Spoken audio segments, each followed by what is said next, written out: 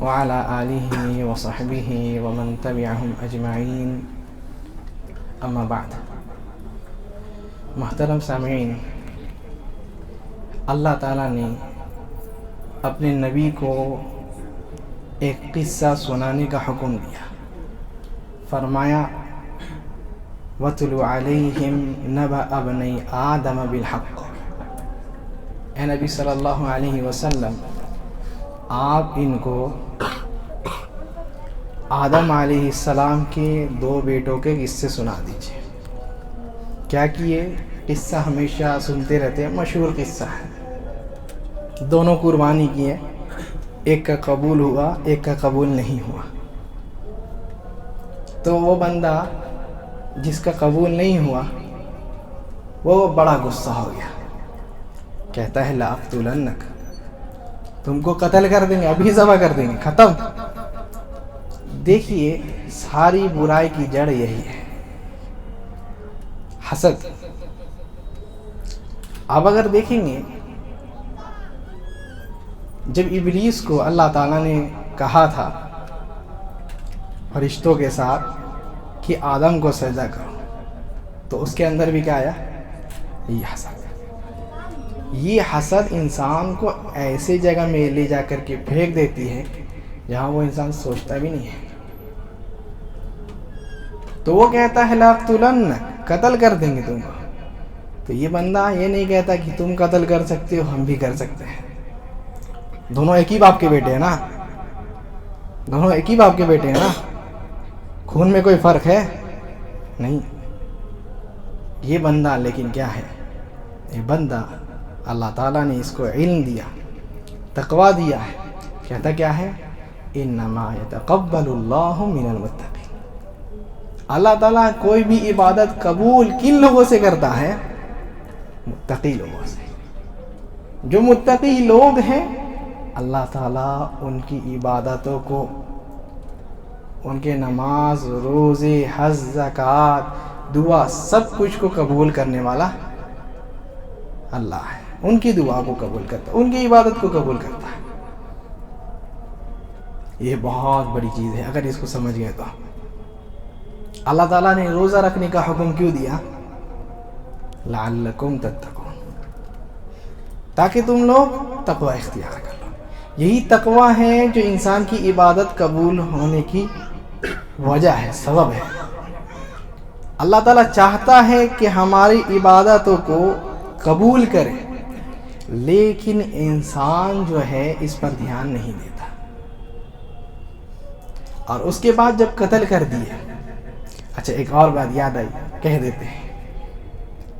صحابہ کہا کرتے تھے کہ لو علمت ان اللہ تقبل منی سجدۃ واحدہ، کہ اگر ہم جان لیں کہ اللہ تعالیٰ مجھ سے ایک سجدہ قبول کر لیے، بس پوری نماز نہیں، صرف اور صرف کیا؟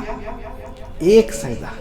تو کہتے ہیں لَتَمَنَّيْتُ الْمَوْتَ، تو میں دعا کروں گا کہ اللہ تعالیٰ مجھے، میرے پاس جو ہے موت کا فرشتہ بھیج دے، ابھی میرے روح قبض ہو جائے، میں نے بہت عمل کر لیا. کیوں؟ اللہ تعالیٰ متقی لوگوں سے قبول کرتا ہے. اور متقی لوگوں کے بارے میں فرمایا کہ ان للمتقین مفازا، متقی لوگ ہی کامیاب ہیں. تو یہ بات، قتل کر دیا بندہ، قتل کر دیا. اللہ تعالیٰ نے اس کی مثال کیسے دی؟ اس کو سمجھانے بجھانے کے لیے اللہ تعالیٰ کس کو بھیجے؟ کوا کو. کس کو؟ کوا کو. نام بھی کیا ہے؟ فَبَعَثَ اللَّهُ غُرَابًا يَبْعَثُ فِي الْأَرْضِ. وہ بھی بندہ کیا ہے؟ کوا کو جانتے ہیں، وہ عجیب ہوتا ہے، اس لیے اس کو کہتے ہیں غراب. انجان ہے، بالکل عجیب ہے، اس کا نیچر سمجھ میں نہیں آتا، ہمیشہ ڈرا رہتا ہے. کبھی نہیں دیکھیے کوئی کوا خوش ہو کر کے گھوم رہا پھر رہا، نہیں، ہمیشہ ڈرا ہوا رہتا. سامنے جائیے اڑ کر کے بھاگ جاتا. وہ بھی بندہ کیا ہے؟ اپنے بھائی کو مارا ہوا تھا. تو کیا ہے؟ دیکھتے ہیں دفن کرتے ہوئے، مٹی کھود رہا ہے اور دفن کر رہا ہے.